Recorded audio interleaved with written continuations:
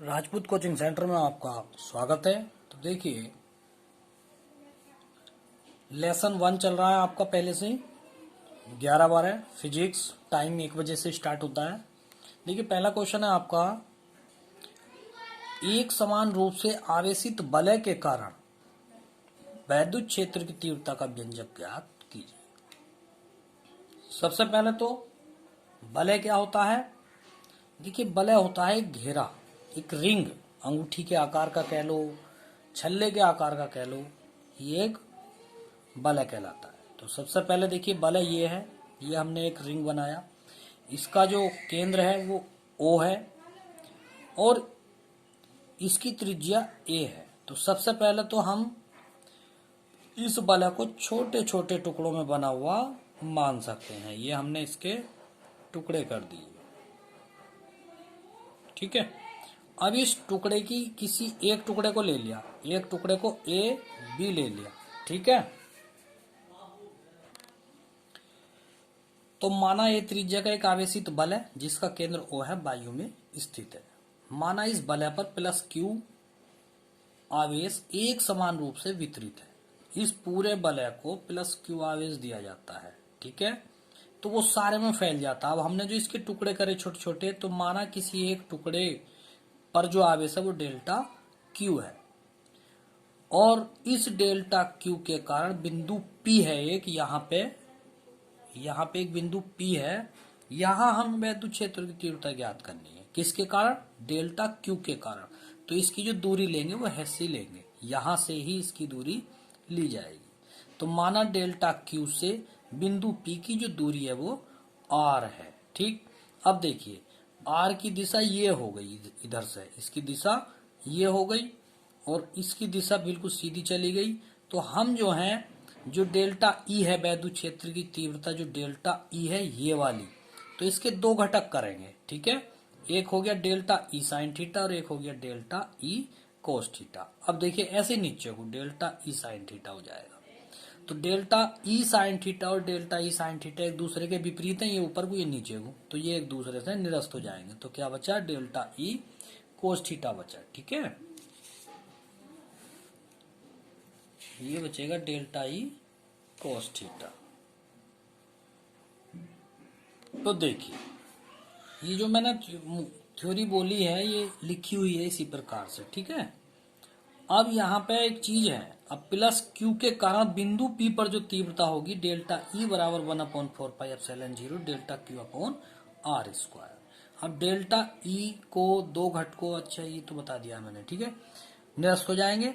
जबकि delta E cos theta एक दूसरे के कारण अनुदिश होने के कारण ये जुड़ जाएंगे। अतः पूरी जो वलय है, जो पूरी कुंडली है, इसके कारण बिंदु P पर वैद्युत क्षेत्र की तीव्रता निकालेंगे, ठीक है।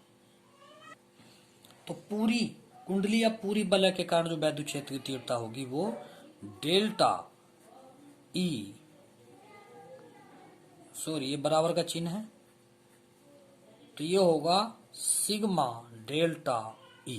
तो देखिए, इसका मतलब समझिए, यानी कि एक टुकड़े पे डेल्टा ई है, दूसरे पे भी डेल्टा ई, तीसरे टुकड़े पे भी डेल्टा ई आएगा, चौथे टुकड़े पे भी डेल्टा ई आएगा, पांचवे पे भी, छठे पे, जितने भी टुकड़े होंगे सब पे जो आपका वैद्युत क्षेत्र आएगा वो डेल्टा ई आएगा। तो टोटल कितना हो जाएगा? टोटल जो है सभी को जोड़ लो तो वो पूरे के बराबर हो जाएगा। और सभी को जोड़ने का मतलब होता है सिग्मा। सिग्मा का मतलब होता है जितने भी डेल्टा ई के टुकड़े हैं वो सारे जुड़ गए हैं, ठीक है। जितने भी डेल्टा ई के टुकड़े हैं वो सारे जुड़ जाएंगे। अब यहाँ पे आप डेल्टा ई का मान रख दीजिए, तो ई बराबर सिग्मा डेल्टा ई का मान है 1/4πε0 डेल्टा क्यू बटे आर स्क्वायर, ठीक है। अब यहाँ पे देखिए, थोड़ा सा डेरिवेशन को रोक के हम आर का मान निकालेंगे सबसे पहले। अब हम सबसे पहले आर का मान निकालेंगे, ठीक है। और आर का मान कैसे निकलेगा? यहाँ पे हम आर का मान निकालेंगे, क्योंकि आर का मान बिंदु डेल्टा क्यू से पी की दूरी आर है, लेकिन ये आर का मान निकाला जाएगा कैसे? तो आप इसमें क्या करेंगे, त्रिभुज में लेंगे, ठीक है। त्रिभुज का नाम क्या देंगे, ए बी ओ पी, ठीक है, वैसे ही लिख रहा हूं मैं, ए बी ओ पी, ताकि आप ये जान जाए ये पूरा एक बिंदु है इस तरह से, ठीक है। ये रिया देखिए, ए बी ये हो गया और ओ पी, यहां से करेंगे आप कोस थीटा, यहां से निकालेंगे आप कोस थीटा, और इसका सूत्र होता है आधार बटे कण होता है, ठीक है, आधार बटे कण। और थीटा के अनुसार कण आपका क्या है, आर है, कण जो है आपका वो आर है, ठीक है। देखिए तो कोस थीटा बराबर हो जाएगा आपका, थीटा के अनुसार आधार तो हो गया एक्स और कण हो गया आर। तो यहां पे देखिए ये कोस थीटा और छूट गया है, कोस थीटा और लेंगे, क्योंकि यहाँ पे बताया है ना, जबकि डेल्टा ई कोस थीटा अनुदिश होने के कारण जुड़ जाएंगे, तो डेल्टा ई कोस थीटा ये सभी जुड़ेंगे तो ये कोस थीटा और आएगा। इसलिए हमने पहले त्रिभुज लेके और कोस थीटा की ये वैल्यू निकाली है एक्स बटे आर। लेकिन यहाँ पे आर का मान अभी पहली बना हुआ है, तो अब हम आर का मान भी निकालेंगे, ठीक है। आर का मान कहाँ से निकलेगा, पाइथागोरस प्रमेय से निकलेगा, ठीक है, पाइथागोरस प्रमेय से आर का मान निकाल लेंगे। तो आर क्या है, कण, तो कण बराबर होता है आधार का वर्ग प्लस लंब का वर्ग, और वर्ग इस पे भी आता है लेकिन हमने इस पर ना लगाकर इधर वर्गमूल लगा दिया। तो आर बराबर हो जाएगा आपका ए स्क्वायर प्लस एक्स स्क्वायर का वर्गमूल, या वर्गमूल ना लगा के आप घात 1/2 भी लिख सकते हैं। देखिए इतना पोर्शन जो है ये डेरिवेशन से हटके किया गया है, इनकी वैल्यू निकाली गई है, ठीक है। अब आप अपने डेरिवेशन पे वापस पहुंचेंगे, कोस थीटा का मान भी रखिए, आर का मान भी रखिए। तो आइए, डेल्टा ई बराबर होता है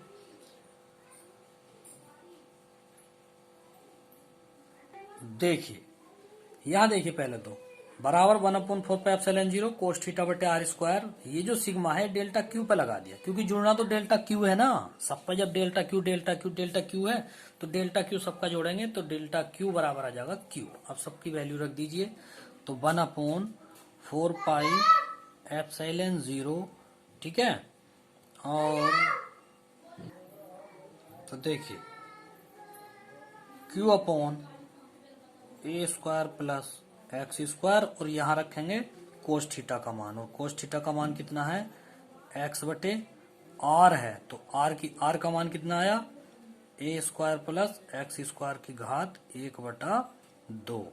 अब देखिए तो ये हो जाएगा ई बराबर 1/4πε0 1/4πε0 और क्यू अपॉन, देखिए आधी घात ये है और एक घात ये पूरी है, तो ए स्क्वायर प्लस एक्स स्क्वायर की घात हो गई 3/2। तो ये इसका डेरिवेशन आ गया, ठीक है पूरा। तो देखिए आज के लिए इतना ही काफी, इसी डेरिवेशन को आप कंठस्थ कीजिए, ठीक है। जो समझ में ना आए तो मुझे दोबारा लिख भेजिए कि सर समझ में नहीं आया, तो मैं आपको दोबारा समझा दूंगा, ठीक है। तो ये आपका आज के लिए इतना ही काफी है, बाकी कल पढ़ाएंगे। और सभी बच्चे अपनी जो कॉपी बनाएंगे उस पे आप हर एक पेज पर तारीख डालेंगे, ठीक है। जिस तारीख में जो चैप्टर पढ़ाया गया है, जो वर्क किया गया है, देखिए तारीख पड़ी हुई है, तो ये आप जो है अवश्य ही लिखेंगे, ठीक है। ठीक है, अब चलने का वक्त हो गया है, कल इसी समय मिलेंगे। Thank you.